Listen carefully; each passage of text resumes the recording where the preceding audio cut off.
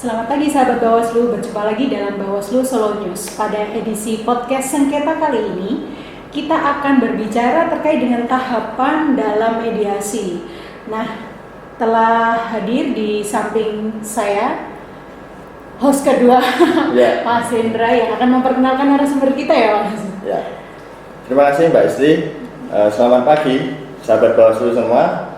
Sudah hadir di samping kita ada Bapak Budi Wahyono, beliau sebagai Ketua Bawaslu Kota Surakarta, yang akan membahas materi terkait hari ini, ya, terkait mediasi. Selamat pagi Pak Budi, Pak Ketua. Selamat pagi Mas Hendra, selamat pagi Mbak Asti. Pagi, Pak. Ya. Baik, Pak Ketua, Pak Budi. Tentunya sahabat Bawaslu di luar sana banyak ya yang bertanya gitu terkait mediasi dalam proses pemilu. Ini Pak Ketua, terkait mediasi dalam proses pemilu itu sebenarnya seperti apa sih Pak? Bedanya apa dengan mediasi yang ada di selain di proses pemilu gitu? Ya, terima kasih. Selamat pagi rekan-rekan sahabat Bawaslu yang pada forum kali ini kita akan banyak berbicara terkait dengan tahapan mediasi maupun terkait dengan apa-apa yang kemudian terlibat dalam proses mediasi.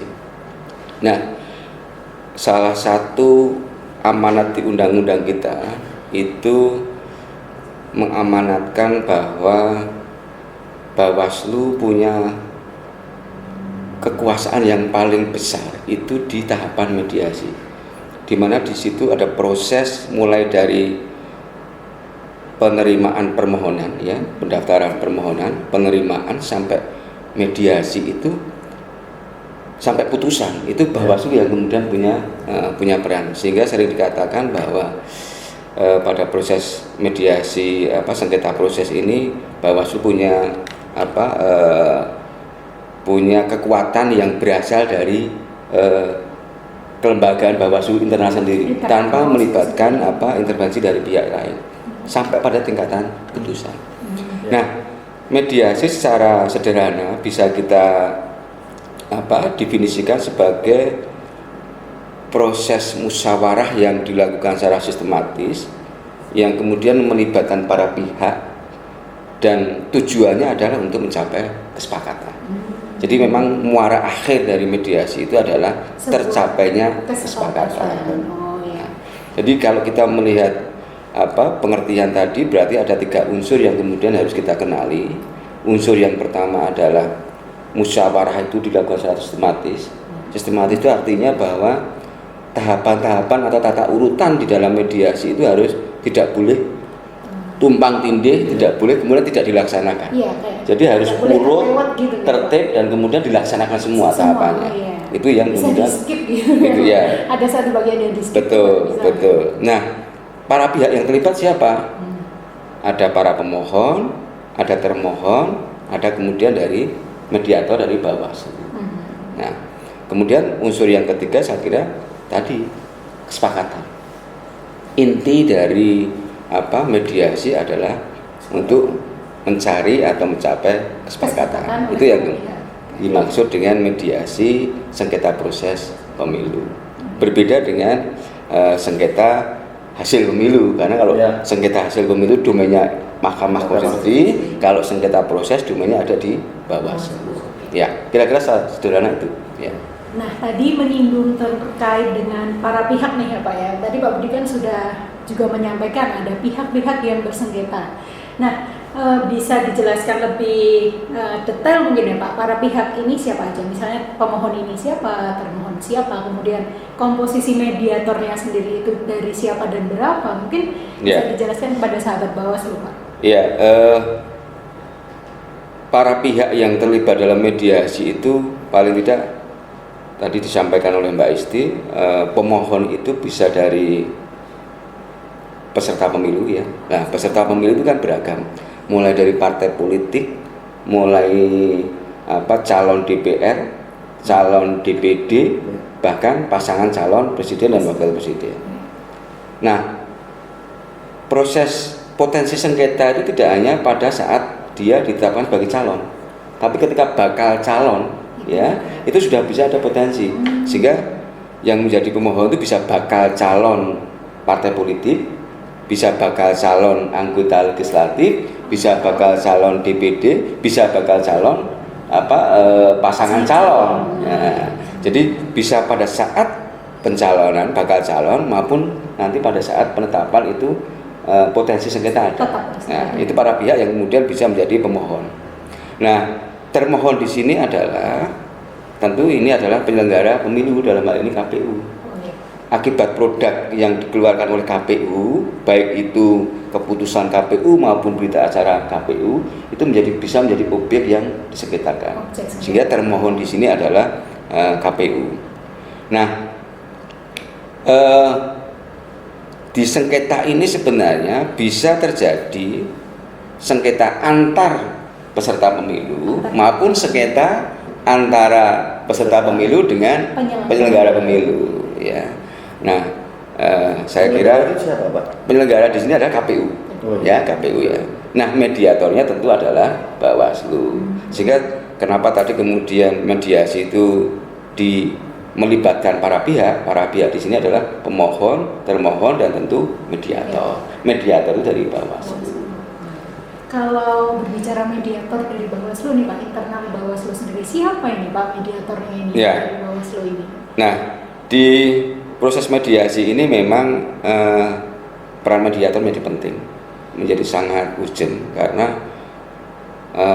dari awal dia yang kemudian harus menggali masalah sampai pada tingkat memberikan opsi dan kemudian memutuskan ya. Nah, itu kemudian diampu oleh anggota komisioner Bawaslu sesuai dengan tingkatannya. Kalau sengketa itu terjadi di Bawaslu RI tentu oleh komisioner Bawaslu RI. Kalau kemudian sengketa terjadi di provinsi tentu kemudian anggota Bawaslu provinsi. Kalau di kabupaten kota berarti anggota Bawaslu kabupaten kota. Nah, itu dia bisa menjadi mediasi, sekaligus dia bisa menjadi nanti anggota majelis ketika kemudian mediasi nggak tercapai kesepakatan, dia bisa menjadi anggota majelis memeriksa. Itu adjudikasi nanti ya. Tapi kita semua anggota Bawaslu Kota Surakarta itu bisa menjadi mediator ya Pak? Bisa dan harus mampu menjadi mediator ya. Selain dia menjadi pengawas ya dalam setiap tahapan pemilu maupun pemilihan, dia harus kemudian mampu menjadi sebagai mediator ya. Jadi nggak ada ketentuan harus ketua atau harus koordinator sengketa gitu ya, tidak. Harus jadi semuanya mampu. Sesuai dengan prinsip kelembagaan Bawaslu itu adalah kolektif kolegial kepemimpinannya, maka semua anggota Bawaslu harus punya skill, punya keterampilan, punya pemahaman terkait dengan mediasi. Nah, berbicara terkait dengan mediasi dan permohonan sengketa proses pemilu sendiri, Bapak, apakah Bawaslu Kota Surakarta itu pernah Pak melakukan kedua hal tersebut? Satu, permohonan, apakah pernah ada permohonan sengketa proses pemilu, dan apakah pernah mediasi atau sampai adjudikasi gitu Pak? Mohon dijelaskan Pak Budi. Iya, kebetulan Bawaslu Surakarta itu pernah ya mendapatkan permohonan sengketa dari peserta pemilu. Nanti kalau saya salah bisa koreksi. Yang pertama itu dari Partai Nasdem dan yang kedua dari Partai Berkarya. Nah, jadi secara praktikal, secara praktek, secara nyata, secara real, Bawaslu Surakarta itu pernah melakukan proses mediasi bahkan sampai pada proses adjudikasi. Ya, ini pengalaman yang menurut kami sangat berharga karena baru kali ini kita bisa menjalankan peran baik sebagai mediator maupun sebagai anggota majelis pemeriksa. Nah, di pengalaman kita waktu kita menangani permohonan sengketa dari Partai Nasdem dan dalam hal ini pemohonnya Nasdem kemudian termohonnya KPU, kita melakukan proses tahapan sesuai dengan yang ada tertera di tahapan mediasi. Kita melakukan pemanggilan, kemudian mediator memperkenalkan diri, kemudian menempatkan pada posisi apa kita sebagai pihak yang netral. Itu kemudian masing-masing pemohon waktu itu dari Nasdem mempresentasikan objek yang disengketakan, kemudian keinginannya apa, kemudian yang dirugikan apa hak-haknya. Kita dengar, kemudian kita juga mendengar dari pihak termohon ya, dari KPU. Nah, dari hasil mediasi yang kita lakukan kemarin, pengalaman kita kemarin, alhamdulillah ketika kita menangani pemohonnya dari Partai Nasdem dan termohon KPU, itu opsi-opsi yang kita tawarkan itu alhamdulillah bisa diterima oleh kedua belah pihak. Ini luar biasa karena belum tentu opsi yang kita tawarkan itu bisa memuaskan kedua belah pihak, bisa memulihkan kerugian dari dua belah pihak. Nah, ini pengalaman yang menurut kami berharga. Jadi mediasi kita pernah, kemudian pada tahapan mediasi kita lakukan ada juga yang kemudian tidak tercapai kesepakatan. Waktu itu kita menangani Partai Berkarya. Jadi pemohonnya Partai Berkarya, kemudian termohonnya KPU. Kita lakukan tahapan mediasi, tapi kemudian opsi yang kita tawarkan tidak bisa diterima kedua belah pihak, sehingga kita tuangkan dalam berita acara, tidak ada kesepakatan dan dilanjut dengan adjudikasi. Jadi pengalaman Bawaslu Kota Surakarta sendiri 2 kali ya Pak? 2 kali, mediasi kita melakukan 2 kali, adjudikasi kita sekali. Nah, kalau berbicara pengalaman kita Pak, yang dulu kan di tahapan ini ya, di tahapan pendaftaran partai politik ya Pak? Iya, 2 kali ya, waktu itu. Nah, itu menurut Pak Budi sebenarnya untuk mediasi ini sengketa proses pemilu ini bisa terjadi di mana Pak yang berpotensi terjadi gitu misalnya? Iya. Jadi kalau kita runut dari tahapan pemilu maupun pemilihan. Kalau kita bicara khusus terkait dengan pemilu serentak 2024, ketika nanti misalnya skenarionya adalah pemungut hitungnya itu 21 Februari, maka April 22 ini sudah harus berjalan tahapan. Ya. Nah, saya kemarin mengintip draft PKPU itu, salah satu ketentuan yang termuat di situ itu adalah sebelum partai politik itu nanti melakukan pendaftaran, 120 hari sebelum pendaftaran itu mereka sudah harus mengisi aplikasi Sipol di KPU. Ya. Jadi sebelum mendaftar dia sudah harus mengisi semua persyaratan partai politik pendaftaran di Sipol. Ya. Itu 120 hari. Iya, 120 hari sebelum pendaftaran. Itu ada di draft PKPU yang sudah di uji publik ya. Nah, tapi belum disahkan sampai sekarang. Nah, yang paling krusial saya kira memang di saat nanti pendaftaran partai politik itu adalah pertama adalah syarat dukungan ya. Syarat dukungan dari partai politik sesuai dengan ketentuan di undang-undang itu kan jumlah dukungan harus memenuhi 1.000 orang atau 1/1000 ya jumlah penduduk yang sudah terdapat dalam DPT. Nah, pilihannya tinggal kemudian ke masing-masing partai politik, apakah mengambil opsi 1.000 orang atau 1/1000 dari jumlah penduduk yang terdaftar di DPT. Nah, kalau di Kota Solo kemarin pengalaman kita itu ada partai politik yang kemudian mengambil opsi 1/1000. Jadi kalau dia menyerahkan syarat dukungan kira-kira 600 sekian, itu dia sudah bisa memenuhi ketentuan itu. Nah, di syarat dukungan ini ketika nanti verifikasi faktual, verfaknya itu kemudian kemungkinan besar itu dilakukan secara sampling ya, acak. Nah, yang jadi persoalan di teknisnya nanti ketika misalnya ada seseorang yang didatangi oleh petugas verifikasi faktual menanyakan apakah bapak atau ibu atau saudara mendukung partai A atau B ini, ya. Nah, itu kan apakah kemudian bapak, ibu atau saudara tadi mendukung atau tidak, kan kemudian harus ada form yang kemudian diisi itu ya, oleh form disediakan oleh KPU itu. Kalau tidak mendukung, dia harus mengisi form kemudian tanda tangan. Tapi kalau dia mendukung, berarti dia juga harus mengisi itu.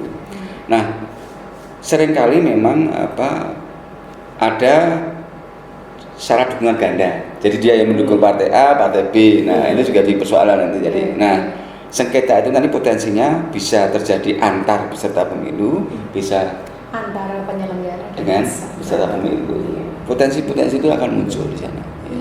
Nah, saya kira mulai dari sekarang maka kita perlu melakukan sosialisasi di forum ini betapa pentingnya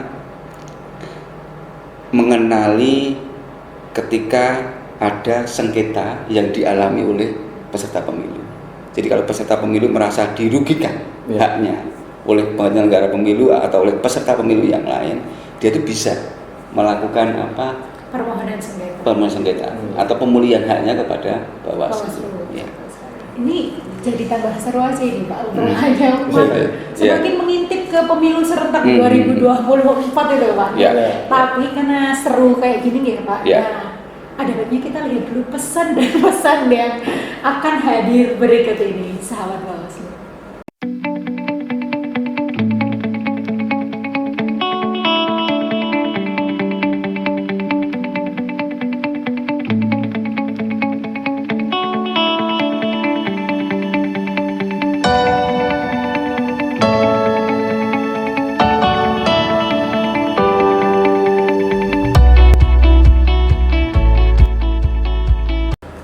Sebelum sharing ya, barusan pesan dari Bawaslu Kota Surakarta yang barusan lewat.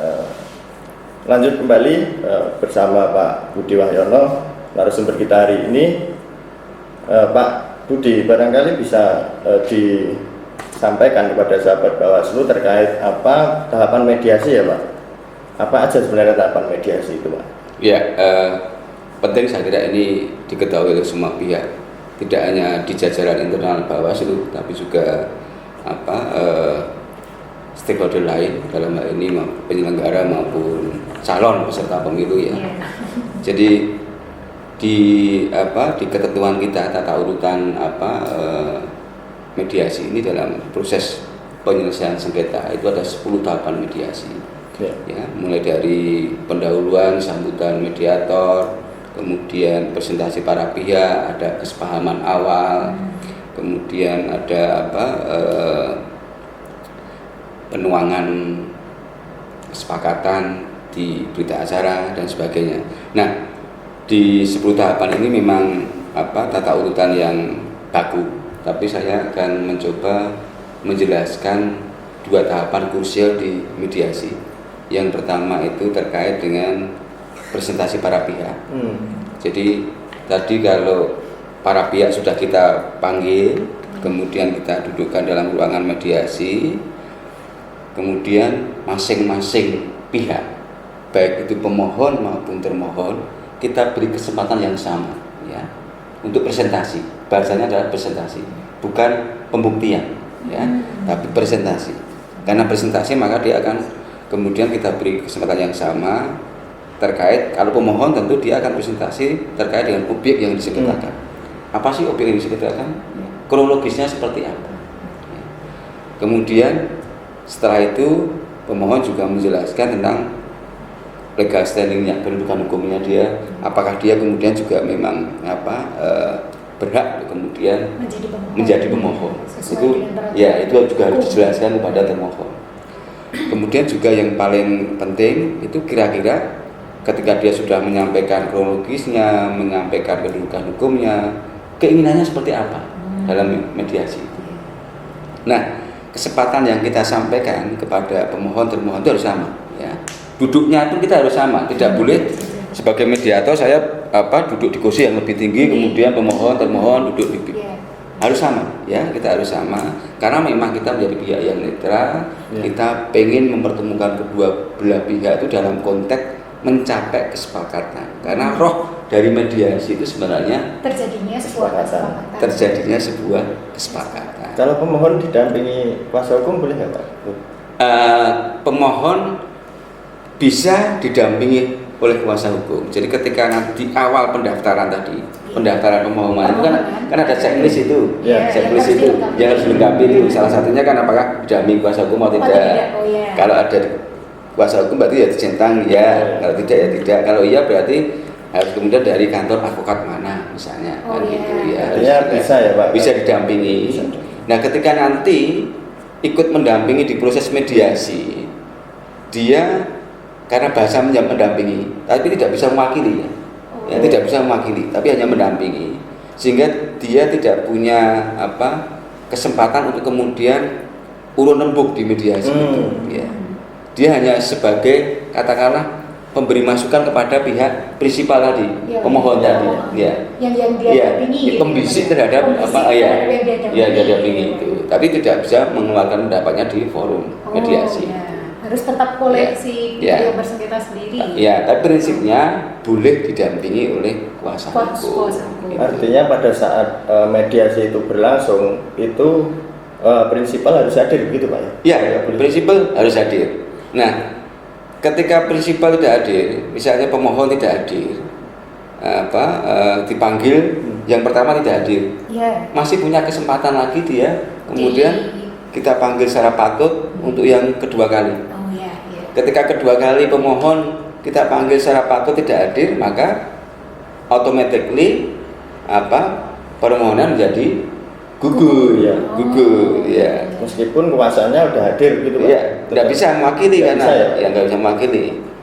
Ya. Tapi sebaliknya, ketika yang tidak hadir termohon, termohon kita panggil sekali tidak hadir, kita panggil secara patut tidak hadir, kemudian yang kedua kita panggil lagi dia tidak hadir, maka itu nanti dituangkan dalam berita acara, tidak tercapai kesepakatan dan lanjut ke adjudikasi. Beda jadi tinggal yang tidak hadir siapa? Kalau pemohon konsekuensinya permohonan gugur, kalau termohon konsekuensinya maka termohon kemudian lanjut ke adjudikasi. Clear berarti ya. Clear di situ ya. Pemohon yang nggak hadir gimana, termohon yang nggak hadir gimana. Betul ya. Tapi Pak Ketua, untuk Bawaslu sendiri ya, gitu ya, sahabat Bawaslu, ini perlu disampaikan juga barangkali kepada sahabat Bawaslu. Sebenarnya Bawaslu Kota Surakarta ini sendiri mendorong itu mediasi, selesai dimediasikah atau adjudikasi Pak? Jadi Bawaslu Kota Surakarta ini mendorong itu mediasi atau adjudikasi sebenarnya? Ya. Karena roh dari mediasi itu adalah tercapai kesepakatan, maka sebenarnya kita mendorong kedua belah pihak itu bisa mendapatkan opsi-opsi yang ditawarkan oleh Bawaslu ketika menjadi mediator untuk kemudian tercapai kesepakatan. Karena sebenarnya mediasi ini kan jalur non litigasi non litigasi yang kemudian secara mungkin lebih elegan ketika kemudian ada persoalan di antara para pihak itu bisa diselesaikan secara mufakat, secara musyawarah. Ultimum remedium. Kurang lebih seperti itu. Terakhir aja. Nah, proses adjudikasi itu terakhir ketika kemudian memang tidak tercapai kesepakatan. Tapi kita tidak juga boleh memaksakan sebagai mediator. Ini harus selesai di mediasi, nggak boleh. Karena kita tetap pada posisi menawarkan opsi yang terbaik yang kemudian bisa diterima kedua belah pihak. Ketika opsi tidak bisa diterima, kita jangan memaksakan, karena itu melebihi kewenangan kita. Sebagai mediator. Tapi bagaimana kemudian para pihak bisa sama-sama kemudian ketemu solusi yang kita tawarkan, itu lebih baik. Kalau tadi disinggung sudah presentasi para pihak nih Pak.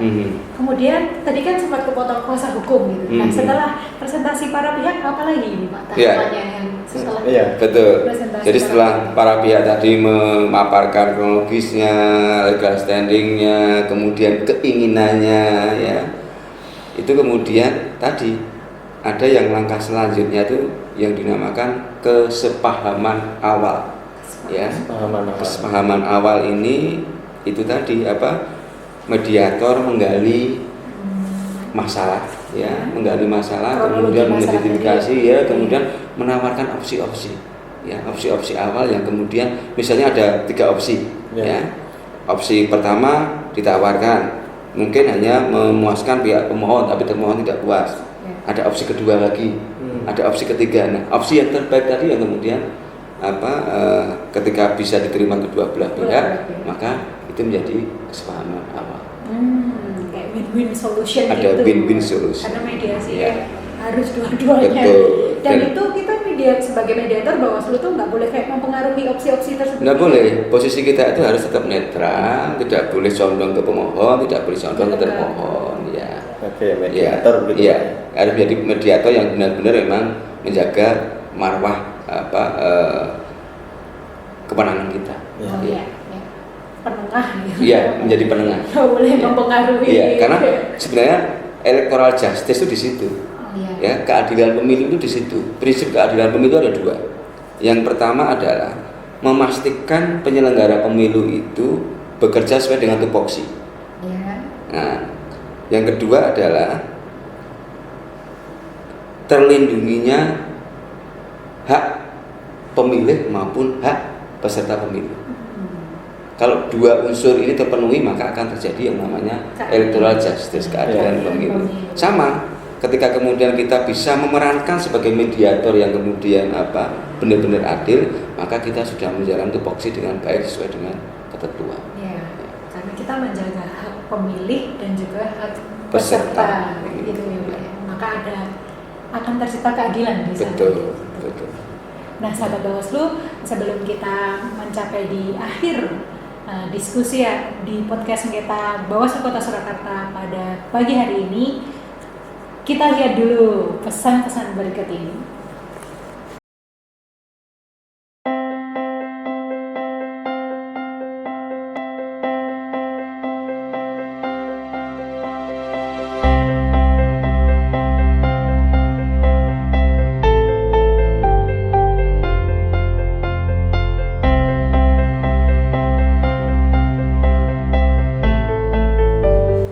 Sahabat Bawaslu, kembali ke podcast sengketa pada edisi kali ini.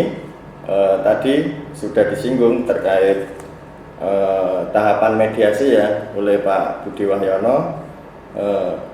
Selanjutnya Pak Budi mungkin bisa disampaikan kepada sahabat Bawaslu terkait sebenarnya berapa hari Pak tahapan mediasi ini Pak? Ya, terima kasih Mas Indra dan kepada rekan-rekan sahabat Bawaslu semua. Jadi perlu kita ketahui, kita pahami bersama bahwa proses mediasi ini diselesaikan paling lama 2 hari. Ya, 2 hari. Ini sudah termasuk nanti di tata cara penyelesaian sengketa di proses pemilu yang kemudian secara keseluruhan itu ada totalnya 12 hari. Nah, tapi kalau kemudian mediasi 2 hari itu sudah masuk di 12 hari. Nah, ada pembeda hari di pemilu dan pemilihan. Kalau di proses pemilu 12 harinya itu dihitung hari kerja. Tapi kalau di pemilihan itu dihitungnya pada hari kalender. Nah, kenapa harus diselesaikan paling lama 2 hari? Karena memang setiap problem atau sengketa atau permasalahan di tiap tahapan yang kemudian ada potensi sengketanya, maka harus sebisa mungkin diselesaikan pada saat itu juga. Tidak boleh kemudian terlalu lama, ya. Karena memang ketentuannya itu mengamanatkan bahwa proses mediasi dan adjudikasi itu totalnya itu ada 12 hari. Nah, mediasinya diberi waktu 2 hari. Nah, persoalan selama 2 hari itu kemudian akan dilakukan mediasi berapa kali, itu nggak diatur. Jadi kalau misalnya 1 hari ini saya ingin melakukan mediasi 3 kali, ya boleh, selama para pihak kemudian sepakat. Ya. Tadi misalnya di pertemuan pertama ada hal-hal yang kemudian belum tersampaikan, ada yang ingat para pihak tadi, kita mediasi lagi, ya nggak apa-apa, di hari itu juga nggak apa-apa. Jadi yang diatur 2 harinya, tapi berapa kalinya nggak diatur. Ya. Mau 3 kali, mau 4 kali, mau tidak diatur. Selama para pihak kemudian sepakat dan tidak keberatan. Ya. Itu secara waktu juga kesepakatan ya Pak ya? Kalau waktu sudah jelas harus 2 hari ya. Waktunya harus 2 hari, tapi berapa kali dalam 2 hari itu dilakukan mediasi itu nggak diatur. Ya. Misalkan mau mediasi jam berapa gitu sesuai kesepakatan para pihak. Ya. Penting 2 hari itu. Betul. Ya. Akan tetapi yang menjadwalkan mediasi ini kita. Ya, Bawaslu ya. Bawaslu yang kemudian melakukan penjadwalan gitu ya. Nah, yang paling penting saya kira di proses mediasi itu nanti ketika anggota Bawaslu menjadi mediator, maka kemudian juga harus dibantu oleh yang namanya sekretaris dan notulen. Sekretaris itu nanti yang mendokumentir ya proses mediasi lewat alat rekam. Notulensi yang kemudian menulis pokok-pokok bahasa, baik ditulis secara manual maupun dia kemudian merekam mediasi. Tapi itu hanya untuk konsumsi internal ya. Siapa itu Pak? Itu notulensi sama ini. Ya sekretaris sama notulen itu pegawai yang kemudian bekerja di Bawaslu. Pegawai di sekretariat Bawaslu ya. Oke, sahabat Bawaslu, demikianlah diskusi kita hari ini bersama Bapak Ketua Bawaslu Kota Surakarta, Bapak Budi Wahyono. Terima kasih Pak Budi sudah. Ya, sama-sama Mas Hendra, sama-sama Mbak Isti. Ya.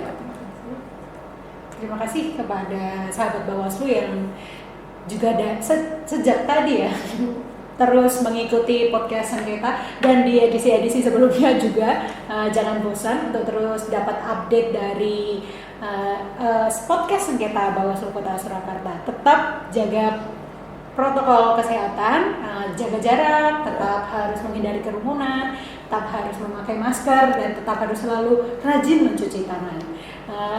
Kegiatan ini juga sudah diselenggarakan berdasarkan protokol kesehatan loh sahabat Bawaslu.